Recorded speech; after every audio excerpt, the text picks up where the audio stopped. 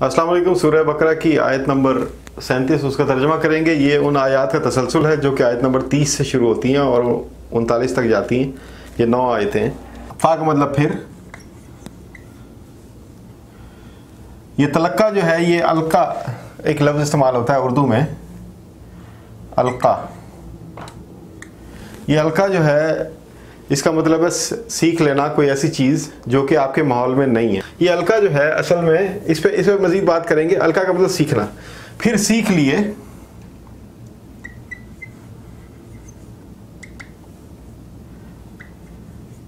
उसने, उस एक बंदे ने। फिर सीख लिए उसने, किसने? आदम ने। अब ये उसने हटा देंगे क्योंकि नाम आ गया, वो नामालूम नहीं है, वो आदम है। फिर सीख लिए आदम ने मिन रब्बिही, मिन फ्रॉम से, किससे? रब। और ये ही का मतलब उसके, उसके रब। रब का मतलब पालनहार, परवरदिगार। बहुत अच्छा तर्जुमा है रब का। और उस आदम ने अपने रब से सीख लिए कलिमातिन, कलिमात। ये कलमा जुमले को कहते हैं। अरबी का लफ्ज़ है कलमा, तो हम यहाँ पे जुमले लिखेंगे, जुमले या कलिमात। ऐसे जुमले सीख लिए या ऐसे कलिमात सीख लिए। फताबा अलैह, फा का मतलब फिर, ताबा, ताबा का मतलब ये तौबा का लफ्ज़ इस्तेमाल होता है। तौबा का मतलब पलटना।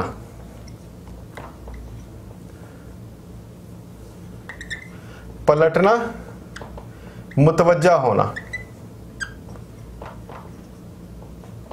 मिसाल के तौर पे कोई कहीं बैठा हुआ है और जैसे गैदरिंग में लोग हैं तो एक बंदा इस तरफ मुतवज्जा है, उसको कहीं से आवाज़ आती है तो वो उस तरफ तवज्जो करता है, तो ये यहाँ से उसकी नज़र पलटी है उस तरफ, तो ये ताबा।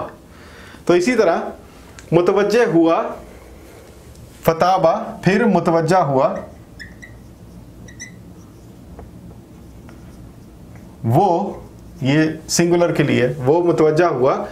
अलैहि, अला कहते हैं पर या को, पर या को के लिए अला आता है, तो अलैहि, ही का मतलब इस, मुतवज्जा हुआ वो इसकी तरफ।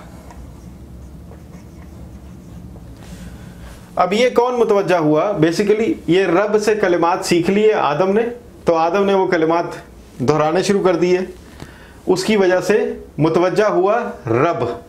रब मुतवज्जा हुआ आदम की तरफ। इन्नहु, इन्ना बेशक, ये इन्ना और हु बेशक,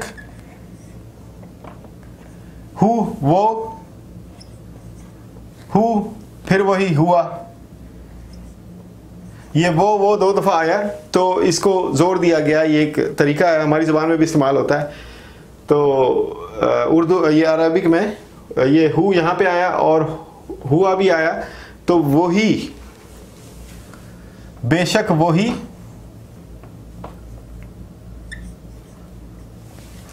अत्तवाब अर्रहीम, तवाब तौबा कबूल करने वाला,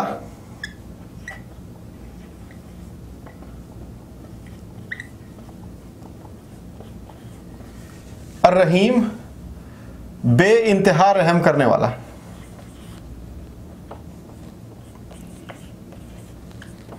यानी जिसके रहम की कोई हद ना हो, बेइंतहा रहम करने वाला और तौबा कबूल करने वाला। अब यहाँ पर ये तवाब का जो लफ्ज़ आया, अगर इसको इस तरह मिलाया जाए, ये ताबा को और तवाब को मिलाया जाए, तो इससे ये भी एक तर्जुमा है कि बहुत तवज्जो करने वाला, बहुत तवज्जो करने वाला। ये अल है तो अल से ये सुपरलेटिव हो गया, ये इंतहाई हो गया। तो अल्लाह ताला बहुत तवज्जो करने वाला है और बेइंतहा रहम करने वाला है, इसलिए वो मुतवज्जे हो गया। अब यहाँ से कुछ उसूल पता चलते हैं हमें कि अल्लाह ताला को पुकारना पड़ता है और उस पुकारने की वजह से अल्लाह ताला मुतवज्जा होते हैं। अपनी मखलूक की तरफ, यानी खुसूसी तवज्जो। एक तो अल्लाह ताला की तवज्जो है ही हमारे ऊपर, खुसूसी तवज्जो फरमाते हैं जब कुछ ख़ास कलिमात हम अदा करते हैं। मज़हब ने हमें उन कलिमात की तालीम दी है। मसलन हम जिक्र करते हैं सुभान अल्लाह, अल्हम्दुलिल्लाह, अल्लाहु अकबर, हम कुरान शरीफ की तिलावत करते हैं, हम दुआएं जो है वो मसनून दुआएं, उसके अलावा हम कुछ ऐसी दुआएं अपनी ज़बान में मांगते हैं कि अल्लाह ताला फ़ौरन उनको कबूल कर देता है। ये हर आदमी का तजर्बा है। तो अल्लाह से अच्छे अल्फाज में पुकारना अल्लाह ताला को, ये भी अल्लाह की तवज्जो का बाइस बनता है, खुसूसी तवज्जो का बाइस बनता है। तो अल्लाह ताला से दुआ मांगने में बहुत मुहतात रहना चाहिए, किसी के साथ इंतकामी दुआएं नहीं मांगनी चाहिए, और ऐसे अल्फाज होने चाहिए जो कि अदब वाले हों और अल्लाह ताला की खुसूसी तवज्जो का बाइस बने। अर्रहीम के लिए यहाँ पर ये कभी भी आप देखेंगे गफूर रहीम, तवाबुर रहीम, ये मगफरत के साथ, तौबा के साथ ये रहीम का लफ्ज़ क्यों आता है बार बार? क्योंकि वो बेइंतहा रहम। इसकी मिसाल ये है कि अगर एक शख्स के गुनाह, वो इतना बड़ा गुनाह उसने कर दिया, तो ये जो रहमत है वो इतनी बड़ी है कि वो उसका अहाता कर लेगी। अगर एक बंदे ने उससे बड़ा गुनाह कर दिया तो रहमत उसका भी अहाता कर लेगी। एक बंदे ने उससे बड़ा गुनाह कर दिया तो रहमत उसका भी अहाता करेगी। ये रहमत लामहदूद है। रहमत आपका गुनाह छोटा हो या बड़ा हो, या उससे भी बड़ा हो या उससे भी बड़ा हो, कायनात का सबसे बड़ा गुनाह हो, उसका भी अहाता कर सकती है रहमत। इसीलिए हमेशा मगफरत के साथ रहमत का लफ्ज़ ज़रूर इस्तेमाल किया जाता है। अब यहाँ पर पॉइंट है ये यहाँ पे अलका का।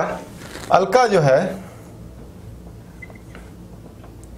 वो वही की एक किस्म है, वही की मुख्तलिफ किस्में हैं। अलका, इल्हाम, कश्फ, सच्चे ख्वाब, और भी किस्में होंगी, आप देख लीजिएगा किसी किताब में। तो अलका जो है वो अल्लाह ताला ने फरमाया, ये वही की जितनी भी किस्में हैं इनका ताल्लुक आपकी ज़ाहिरी हवास से नहीं है। जो आपके ज़ाहिरी हवास हैं वो इसमें काम नहीं करते। आपकी जो ज़ाहिरी सोच है वो वही के या अलका के या इल्हाम या कश्फ या सच्चे ख्वाब के वक्त मुअत्तल होता है, ये काम नहीं करता। तो कौन से हवास काम करते हैं? आपके बातिनी हवास,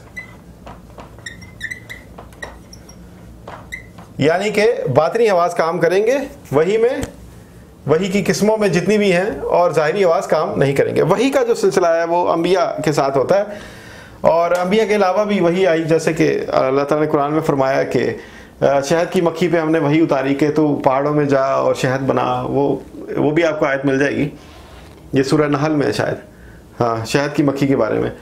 आखिरी पॉइंट इसमें यह है कि आदम अलैहिस्सलाम, ये आयत नंबर 35 में हज़रत आदम थे और उनका ज़ौज यानी कि अम्मा हव्वा थी। हज़रत आदम से अल्लाह ताला ने फरमाया कि तू और तेरा ज़ौज जन्नत में दाखिल हो जाए। यहाँ पे भी आदम अलैहिस्सलाम से फरमाया कि आदम को हमने अलका कर दिया और उसने तौबा की और हमने उसको माफ़ कर दिया। फताबा अलैहि, उसको माफ़ कर दिया, आदम को। दोनों का जिक्र नहीं है इसमें। ये इंप्रेशन नहीं लेना चाहिए इससे कि आदम अलैहिस्सलाम ने तौबा की और अम्मा हव्वा ने तौबा नहीं की, क्योंकि अगर ऐसा होता तो अम्मा हव्वा को सज़ा दी जाती। वो दोनों साथ साथ थे, वो जोड़ा थे, लेकिन उस जोड़े का जो हेड था वो आदम था, क्योंकि आयत नंबर 35 में अल्लाह ताला ने आदम को कहा कि आदम तू और तेरा ज़ौज जन्नत में दाखिल हो जाओ, तुम दोनों को बराबर की आज़ादी हासिल है, बराबर का फ़ायदा और बराबर की सहूलतें। और जब गलती हो गई तो माफ़ी आदम अलैहिस्सलाम ने मांगी, तो हेड ऑफ द फैमिली कौन हुआ? आदम। आदम का जो ज़ौज है वो हेड ऑफ द फैमिली नहीं है, क्योंकि जन्नत में जाने का और जन्नत से बाहर आके जो माफ़ी मांगने का वो जो जिम्मेदार है वो आदम को करार दिया गया। बाकी आप इस पे गौर कीजिएगा, मैं जो मुझे समझ आया मैंने आपको बता दिया, बाकी आप इस पे गौर कीजिए। आयत नंबर 35 और आयत नंबर 37 दोनों में आदम को ही मुखातिब किया गया या उसी को जिम्मेदार करार दिया गया। तो ये थी आयत नंबर 37 और आयत नंबर 38 हम इंशाल्लाह अगली वीडियो में करेंगे। आप इस पे गौर कीजिए और इससे कुछ ना कुछ नतीजा अखज़ करने की कोशिश करें। इंशाल्लाह अल्लाह ताला आपकी मदद फरमाएगा। शुक्रिया।